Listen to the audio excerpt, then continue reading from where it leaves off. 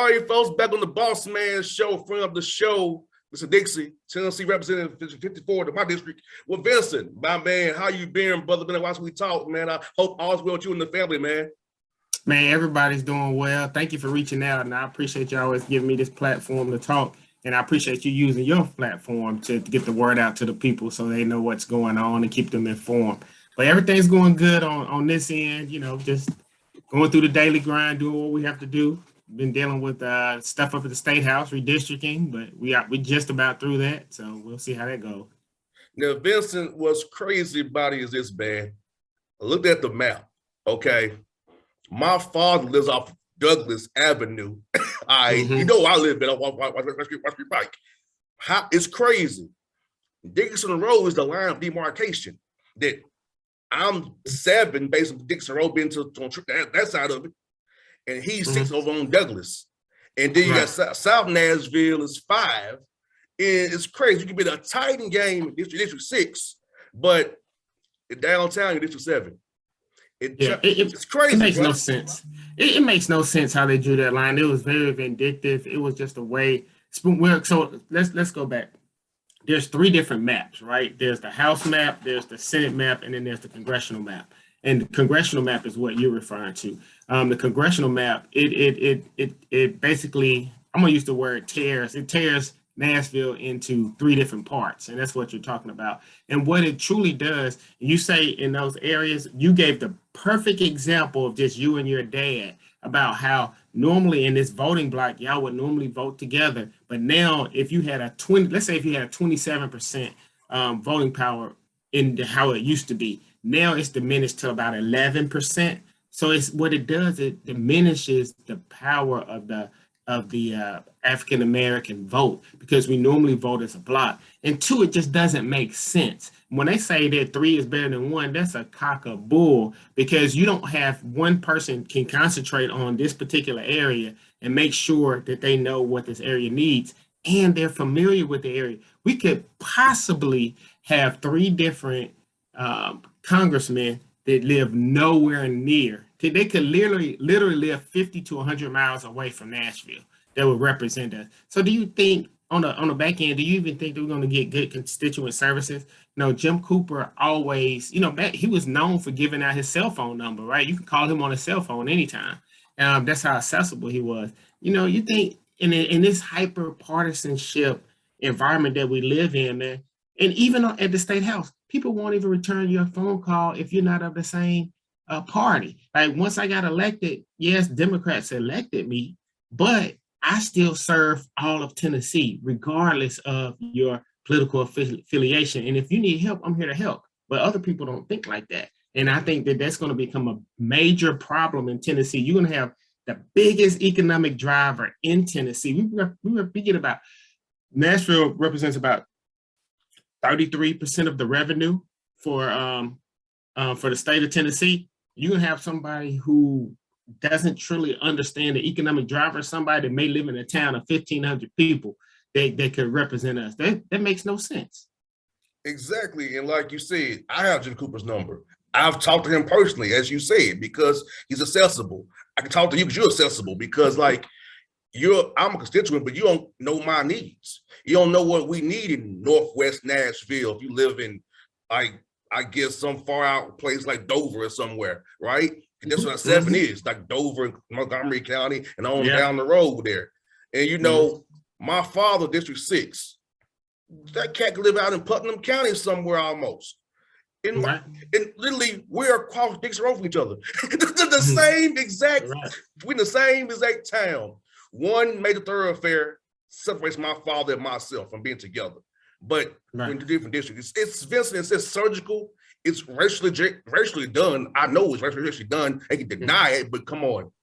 The way you carved up Nashville and that crap, you get 3 better than 1. No, we get what they did was they took their direction from the national RNC and they followed it to the letter. They wanted a stranglehold on Tennessee. But what people don't realize, and what I keep trying to tell people, Tennessee doesn't have to be red. Tennessee is red because we don't come out and vote. Tennessee is red. We're 46th in voter turnout. 46th. Does that mean there's only 4 other places that's better than us? We're at the bottom of voter turnout, right? So imagine if we could just get to 43, 42, 40. Those are hundreds of thousands of votes that's just left out on the table that people are registered to vote but just don't vote, or people are eligible to vote but not registered to vote. We have to go meet them where they are. The other side has done a masterful job of getting people to believe that their vote doesn't count. And if your vote didn't count, I just want people to just use a little common sense. If your vote didn't count, why would they try to diminish your voting power? Why would they try to reduce how and eliminate how you vote, restrict voting if it wasn't that important? And I say, I vote because it was important to me. I understand the historical value and what people went through toward that. So it's my obligation to vote. I don't have a choice. I have to vote. But if you get out there and you vote, we can turn Tennessee. Tennessee has been back blue. People always compare Tennessee to Georgia, but there's one major difference. Georgia was never blue. Tennessee has been blue before. And we can get back there because we just got to get back to the common sense stuff. People have gone out to these cultural wars and it has become almost race divided. If you're Republican, it's almost been race divided. It's not based on issues. All we're trying to do as Democrats, we want to make sure that you have food on your table, make sure you got enough money to pay your bills, and if you get sick, go see a doctor. That's all. That's it. Then we can worry about everything else. It comes along after that. Exactly. And Vincent, as you said that, I saw some Republicans in Tennessee taking credit for Biden's Build Back Better plan for infrastructure in Tennessee, but they didn't vote for it because I can attest to you, driving to Atlanta in southern Rutherford County, it's potholes on that road and can mess up my vehicle. So it's needed, okay? And even the time is needed. Yeah, in Tennessee, we're like a pay-as-you-go state when it comes to the Department of Transportation. So any roads, we don't do like some other states where they take bonds out to pay for it, or they borrow against, or get taxpayers to do some other financial wrangling. We pay as you go. So this Build Back Better plan, not only is it going to give us better roads, it's going to create a lot more jobs. It's going to put people back to work. And but also the Build Back Better plan, what it does is it creates a pathway for universal health, not healthcare, but universal child care. And that is huge because a lot of people, it's hard for them to work 10 to 12, 13-hour jobs and still have to pay for daycare. And so we have to make sure that we can make sure that their daycare is taken care of so that they can go work and be productive and do what they need to do in order to take care of their family. No doubt, man. And like you said, man, Tennessee needs to have jobs that are competitive too, because our jobs in Tennessee are below the poverty line. You can't survive on that. You're pretty much just meeting your work requirement to get your food stamps and Medicaid. You're not really living. You can't really survive. So do you feel like sometimes it may be just enough over it that disqualifies you? Exactly. And do you feel like this plan for infrastructure will help give the training as well to get those better jobs for these people, Tennesseans, when you need it from Mountain City to Memphis, because we all Tennesseans, so as you say, we all are Tennesseans together. It doesn't matter affiliation what we think we are. We all have the same issues. So you feel like this plan will set up training as well, and with the higher paying jobs to have Tennesseans have more money and get these cities who are smaller in some of the suburban towns outside Nashville and Memphis better to go forward. Man, it's almost like that we worked together to write this, but I know people they don't know that we didn't write this. But there's a perfect segue to, the Ford plant. It's called the Blue Oval City that they're building right outside of Memphis, in between Jackson and Memphis. It's a $6 billion project, 5.6 billion. Of course, I embellish a little bit, going up to 6 billion. Easy to say 6 and 5.6. But what we've learned is that we don't have the workforce in order to fulfill all those jobs that's coming, because we've done a woeful job of job training, having people prepared for it, especially starting in high school. Because one thing is everybody may not be college material, but at the end of the day, when you graduate from high school, you need to be work ready or college ready. Because at the end of the day, everyone has to be self-sufficient and be a good citizen and take care of themselves. What you just said highlights the point, is that we don't have enough people that have the technical training that can fulfill these jobs. Where do you think they're going to come from? Out of state. They're going to be taking Tennesseans' jobs that we need to be fulfilling. So we have to work with that. And the Build Back Better plan allows for that educational expense that where we can start building the pipeline for these jobs to fulfill these jobs. Because that's going to be transformational in West Tennessee. It's going to change a lot of people's trajectory as their family goes and it starts to get good paying jobs.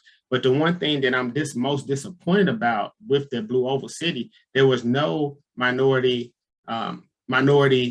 participation rates set by the state in this. It's just going to be a free-for-all. Well, not everything a free-for-all. It's going to be the usual suspects that gain from this. You know, this is an opportunity where minorities and Black and brown companies can become wealthy and build a future and an infrastructure for years to come for their families and their businesses. Off of this can be a springboard. And the government, just run by Republicans again, they do not care about anybody other than themselves or already the rich or the people getting rich. This is an opportunity to redistribute some wealth here in Tennessee. And we're missing the boat here because the outlook or the failure to have the outlook from the governor and his administration. And Tennessee is a state that is 37th in the nation for federal funding. You know, the low taxes and low regulation comes at a price for, hey, they talk about their small government, but they live off the government. And okay with people being hungry. Even their constituents who vote for them, religiously vote for them. You're okay with them being hungry, not having health care. I like to say it close to the rural hospitals. I have in these towns in East Tennessee and West Tennessee, some of these smaller cities have nothing there, nothing to bring them up. They're just there. They're existing, you know. They can't live off of that moniker saying that they believe in small government. That's not true anymore. Republicans want to control every phase of your life by policy. Look at the book bans that they're trying to do. Look at the CRT stuff. I mean, just look at all the stuff that they're trying to do because they're trying to control it. They want government in every phase of your life. No mask mandates. We don't care if you die. We don't care if you stay safe or not, but we want you to go to work and make a profit for these large corporations. But we don't care if your kids are safe when they go back to school so they can stay in school. So they can learn, because we all know that in-person learning is the best. But if we can't keep them in school and keep them safe, then what's the point? We made it illegal for them to go to virtually. And now they're getting ready to propose a bill that because if you don't go 180 days, then you have the option to basically get a voucher, which is all Governor Lee wanted from the beginning, was to get his voucher program in there. It's a big picture. People got to step back and just think, does this make sense? We get distracted by a lot of these things. Like you start this CRT, this book banning stuff. You know, we don't want to talk about Martin Luther King. We don't want to do this. We don't want to do that. But at the end of the day, they are literally taking away your civil rights and your ability to make money in this state and just earn and just have a good living and be able to retire comfortably. Exactly. And you know, Vincent, 2 weeks ago, I was sickened by the hypocrisy of Tennessee Republicans who was quoting MLK. You can't love MLK. None of your policies align with MLK. All your policies are targeted at the poor, people he cared about.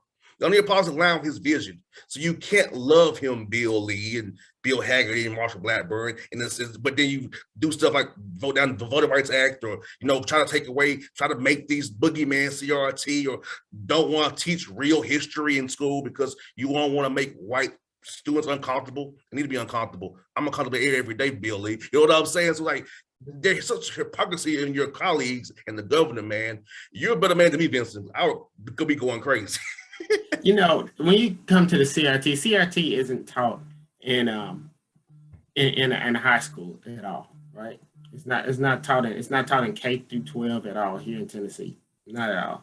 But they listen to the media, listen to the Republicans. You would think that that's as soon as they get in, it's taught from 7 a.m. to 2 p.m. from the time they get in there. But I guess what worries me the most is that when you try to, even if, the way that they want to ban these books about Martin Luther King and things of that nature, like, why do you not want them to know the history of this country? Black people have black people built this country on their back. I mean, with their blood, sweat, and tears. I mean, this country is what it is because of the slave trade of our people, and it's inherent upon that is part of American history. And really, so if you want to really call CRT, another synonym for it is actual American history, right? We need to learn it. From the time we're in kindergarten until we go to 12th grade, till we graduate, every year we're taught American history. When you talk about white privilege, that is the ultimate white privilege, that you get to determine what history is taught. Mm-hmm. That's the ultimate. And then anything that's against that, you say, no, we don't want our kids to learn that. No, you want everyone in America, in Tennessee right now, I'm gonna speak for Tennessee. You want every child to look through the lens of a white child. They don't have those experiences. Exactly. You have to be able to appreciate me for my differences. And that way you can understand me. You can understand my rationale, why I may respond a certain way to something, or the way I think about something. That's the way that we can get together to try to figure out how to make this world a better place. When you do every day, man, and I know I'm getting off subject, but every day when we go into the session, go into the House chamber, we pray before we start. I think that's the most hypocritical thing that we do every time. And it hurts me to actually do that, because it's like it's a farce. Because how can we go in here and pray, say, oh, we love one another, we want to do this and we want to do that, but then you go around and you turn around, you want to penalize, you want to take away health care for immigrants because they're undocumented, or you want to take away voting rights for people, or it's so much ugliness that we do. Where is the common thread of decency that keeps us together? It seems like it has been torn to shreds. Where is it? Why is it that the race means so much more than just the love for my common person, my common man? It's gone. Mm-hmm. It's just gone. Exactly. How do we get that back? Exactly. And that's why I cringe when I hear people, some people who told the Bible, like, what I'm like, WWJD, what would Jesus do? Would he take away health care? Would he take away voting rights? But this is the man you say you love and you follow. But your actions and how you move is nowhere near that. And it happens here in Georgia, same thing in Georgia, CRT, down to Florida. Like, you can't whitewash MLK. You can't whitewash history. It is what it is. And like Vincent, I'll tell you the truth. I learned more about our history from my father and mother outside the classroom because it was not taught. Mm-hmm. My father said, this is not the truth, son. He said, for your test, give them this answer. But in reality, it's this. And I thank my father and mother for doing that for me, because I would not know what I know now about our people and our history. It wasn't for my mother and father telling me, for your books, say this for class, but this is the truth. If your mother and father is telling you that, what do you think other people's parents were telling them? The people, non-people of color, what do you think their parents or grandparents was telling them?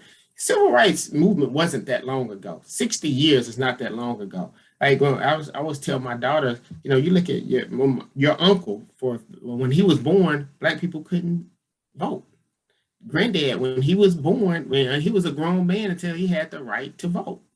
I mean, a very grown man. He had gone to college before he had the right to vote. And he served his country before he had the right to vote. So I want people to understand it's not that long ago. So imagine what your parents are telling you, what their grandparents and their parents told them. And that perpetuates the cycle. And if you start to ban these books and you don't have these open discussions about it, it's going to continue to grow this divide between us here in Tennessee, but in the nation as well.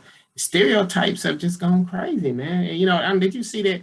I know you saw this about the basketball player that was over in China, and he was getting off the bus and they were calling him nigger this and nigger that and Mhm. stuff. It's like these are Chinese people calling black people. What? You know, that's a learned behavior.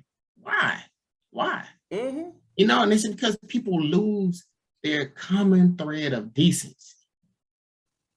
You know? Mhm. And Vince, think about this. My grandmother, who votes for you, was born in 1931. My father was born in 1941. My mother was born in 51. Did you see just see their ages? You know, you have 91, 91-year-old woman coming up here. You're gonna have an 81-year-old man and 71-year-old woman now. My mother was born on January 9th, telling me about history. So you were right. When they were born, we couldn't vote. And my parents still vote. My mother and grandmother vote in your district, of course. My father's, like I said, in another district now. But like, think about that for me. I'm born in 87. So my parents and grandparents taught me about our history and told me the real truth about who we are and our root and our ground and our way of knowing. And you're right, Vincent. I try to tell you all the time, you know, I'm not a mean person, but when people don't understand my rooting and my grounding, why I react to a certain way, I react to certain things, don't tell me I'm wrong or I'm irrational. Because for me, when I hear national anthem, my parents talk about that third verse, okay? And that hits me the wrong way. So I don't sing it. I'm being real with you. I don't stand it. But at the Hawks game, you will see me sitting down. I'm being honest about this, being real with you about it, because my parents never made me no. You don't put this something that doesn't love you. So these things that my parents taught me, but others who are not black or don't have that same grounding take it the wrong way because they don't understand our perspective on these things when it comes to American history. Yeah.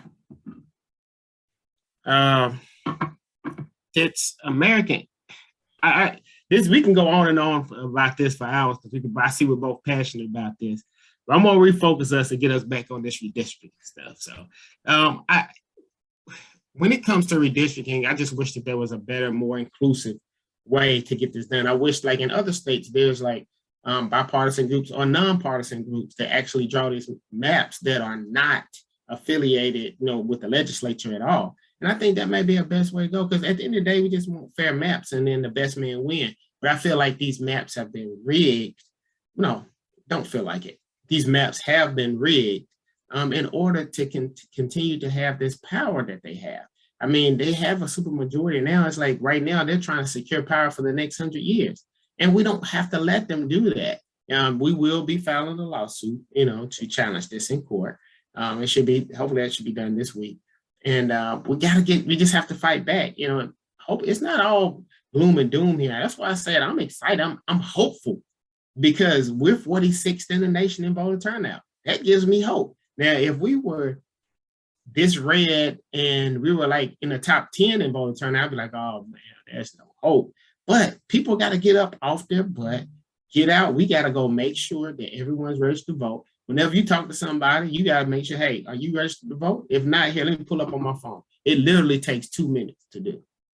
But we need to do that. And what I encourage people to do is go early vote. Because when you early vote and there's a problem, we have time to fix it. No doubt. Right. Now, Vincent, have they changed about mail-in voting? Or is that not changed? No, that hadn't changed. Okay. And I think that we have a person that's going to propose a bill where it allows for because right now, if you're a first-time voter, you can't vote absentee voting. You have to vote in person before you can do that. But I want to give you a caveat to that. Is like, for instance, my daughter turns 18 during her senior year. There may not be an election to the next fall. She'll be at college, right? And if she doesn't go to college in Nashville, how is she going to vote? Unless she has to come back here just to vote, and then she can do it. That absolutely makes no sense, right? So she should be able to vote where she is and vote in that race. And we should make sure that students here have that same opportunity. It seems like common sense isn't so common in the legislature. Now, let me ask you this question because I know you know better than I would. Do the state of Tennessee targets college kids who like go to Memphis or Tennessee State or UTC who are here as students? Can they vote in Tennessee, or are they forced to vote in their home states? Basically, you're still forced to vote in your home state, but you have to jump through some hoops to get it done. Like you have to have your birth certificate, you have to change your voter registration here and things of that nature, but you have to have your vote, you have the birth certificate. And I don't know how many parents are going to trust their 18, 19-year-olds with their birth certificates to do stuff like that. It's not an easy process. It could be a lot easier. And right now, if you go to a college, there's certain criteria you already had to meet to be in college, right? You know that you're a U.S. citizen. We know that you met some federal requirement. So why couldn't that college ID be sufficient in allowing you to vote? Correct. And it's all about trying to slice off a percentage here, percentage there. It's all about trying to get enough suppression of the vote to win. Because as you said earlier, Vincent, it's no ideas, it's just divide and conquer. It's no real policy to help you other than that, hey, they're bad, they're socialists, they're this, they're that, and we're not. That's the only policy they have right now. And Tennesseans need to get wise to what you're trying to do for them. And tonight's State of the State address is going to be full of crap, of lies. And thank God for your pre-buttal that you did, because maybe people can look, okay, it's what they're saying, what he's saying. And let's do the math on it, fact check it all, and then hopefully people will see the light and say, hey, we need to go try something different here. This is not working for us. Yeah, we'll also have a rebuttal to this evening as well. So I'll be doing that as well. So I'll be busy today. But I think people, my job is just to tell the truth, man, and let people know and hold people accountable for what they're doing.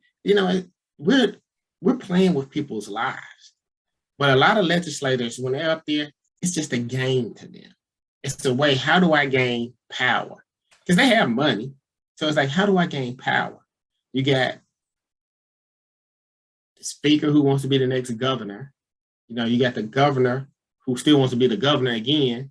Plus he wants to be the president of the United States. So it's like, just do your job. If you do your job, everything else will fall into place.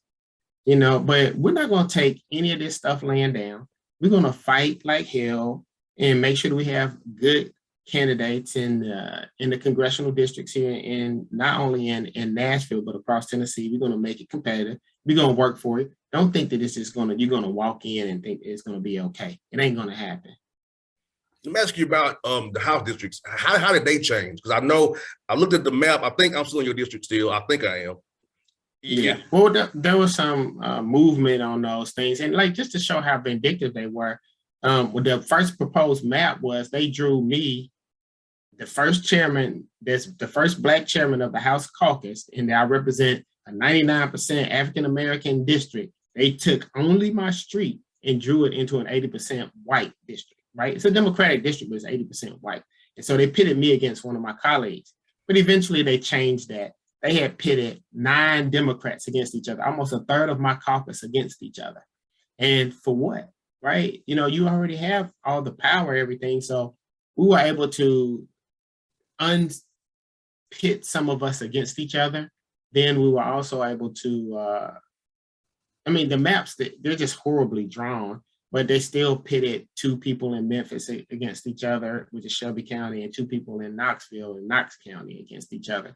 And it's just not fair, but the maps are they're racially drawn. We just got to make sure that we get people out and get out there to vote. I don't care how you draw it. You can draw them like a tic-tac-toe line, but if people come out and vote, that will change everything. That's why it was so important that hopefully people see this now, but it was so important for us to complete that census. Because the things that, well, Shelby County is losing a seat because they don't have a lot of population. They lost population. They probably hadn't lost population, but as Black people, and we're skeptical of giving the government any of our information. But then this one time we asked them, like, it's okay to give them your social security number and information about the household. And they're like, I don't know. So we, people, we're feeling the effects of that because people didn't fill out that census. Yeah, and I'll try to get people to do that as well. They say I'm not doing that. I'm gonna get. You're right. There's a hesitation because as Black people, we really don't trust the government like that. So it's like, it's hard.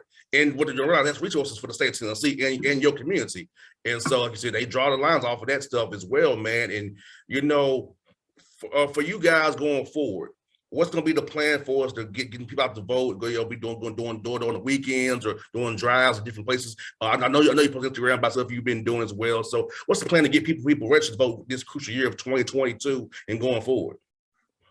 Yeah, first we have to organize, and we got to organize and mobilize all of the grassroots organizations. The equity alliances, everything that you could possibly think of.